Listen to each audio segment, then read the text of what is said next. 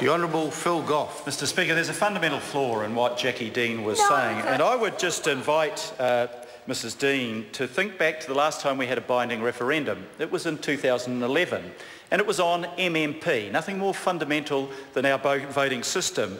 Was the first referendum, and there could have been two, was the first referendum on whether we wanted STV, supplementary member, first past the post, or MMP? And when we decided what the alternative was, we'd decide whether we kept the status quo? No. Of course not.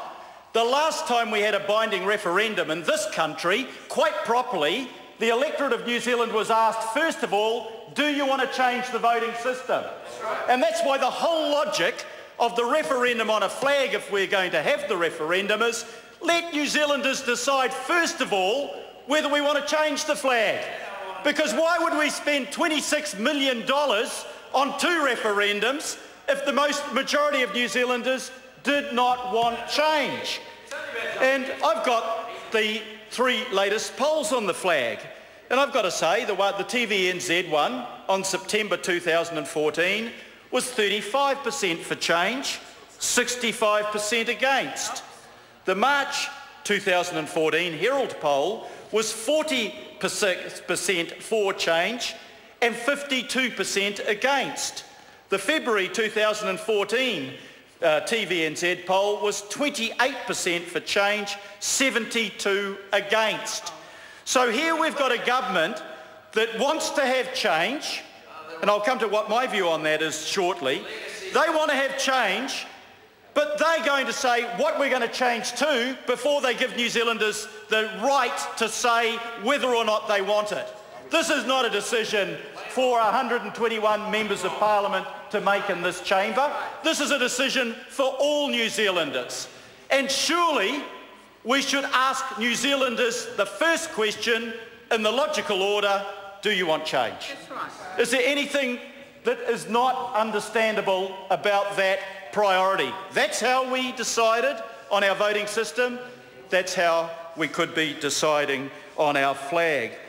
But the other thing about those polls, Mr Speaker, that I've just talked about was that the TVNZ poll found of all of the New Zealanders who thought that changing the flag was an important issue, you know what the total came to?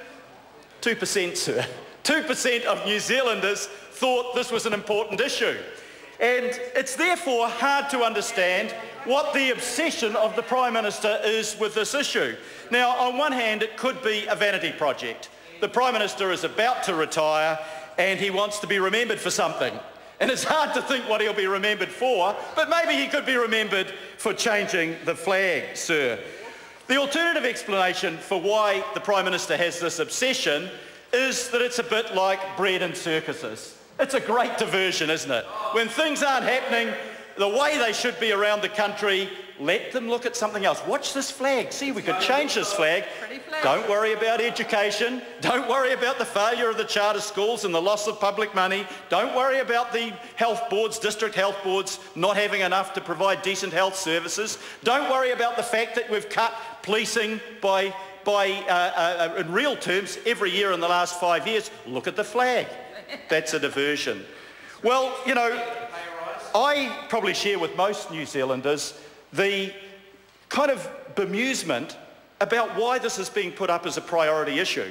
And I noticed the American comedian John Oliver also said that. He said the New Zealand Prime Minister, to his audience, if they knew where New Zealand was, is going to change the flag.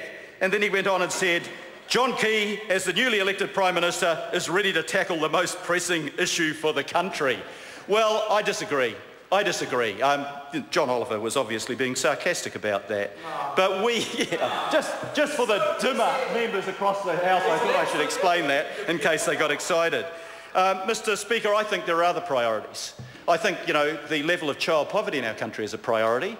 Why wouldn't we be focusing on that in a debate this afternoon? I think that the transport gridlock in Auckland is a priority. I have to worry about that, maybe not in the Wairarapa, Mr Mark, but certainly for a third of the country who are Aucklanders. I think the housing crisis, where every year fewer and fewer New Zealanders get the chance to own their own home, I think that's a priority.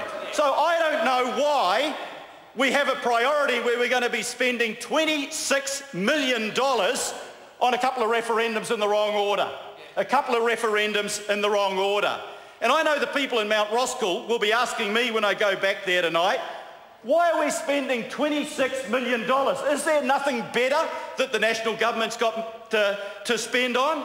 And I could say, well, they're spending $65 million on sending 16 trainers to Iraq. That's not too good. And they're spending $69 million on trying to buy an election, which is being totally counterproductive. So I guess my confession to my electorate will be they're wasting a lot of money, and this $26 million is part of the wastage.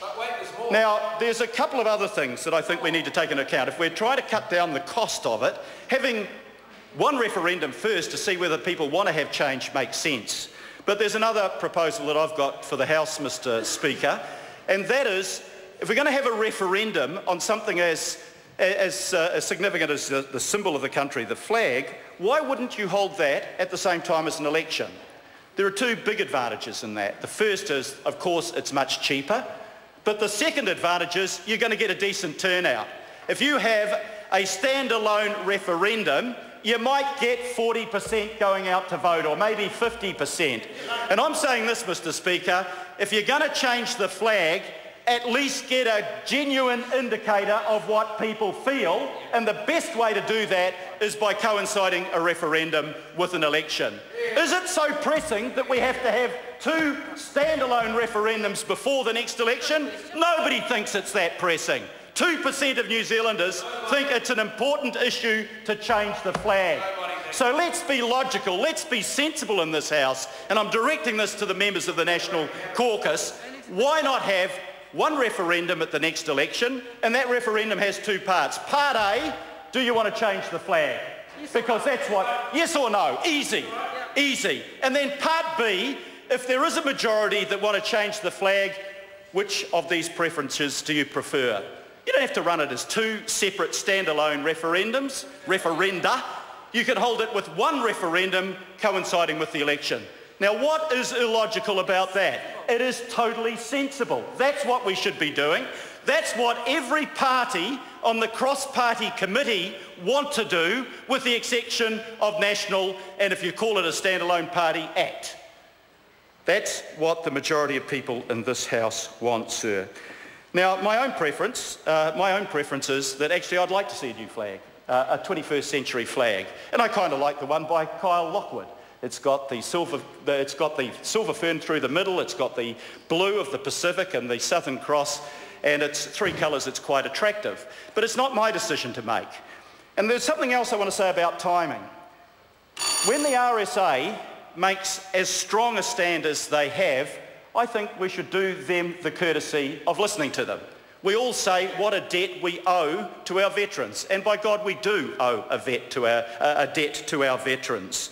So why would you, as Prime Minister, Mr. Speaker, introduce a bill to change the flag a month before the centenary of Anzac Day? A month before the most important day of our veterans, and because it's the centenary, the most important one in 100 years. This is just throwing it up into their faces, Mr. Smith. That's what it's doing. Why could not we have waited for the RSA and our veterans, and they feel strongly about it, and I understand why they feel strongly about it. They fought under that flag, Dr. Smith, something you and I have never had to do. They saw their mates die under that flag. They feel strongly about it. Now, I have a different view on the flag, but I do respect their view, and I do respect the fact that in a month's time we will be commemorating the centenary of the Anzacs. And I think we could have done them at least the courtesy of saying, wait till after that before you need to start this debate and bring legislation into the House. But I've got to say, Mr. Speaker, the logic is entirely in favour of having one referendum with the first question, do you want to change the flag? And the second part of the referendum, what do you want to change it to do it at the same time as the general election, to save the $26 million that they're spending, and to get a decent turnout on both of the answers to those questions, sir. And I have to say as well, because it's been raised time and again with me, we've got a panel of 12 people. Now, some of them are very good people, Mr. Speaker. Some of them are National Party hacks. we could have cut that committee down.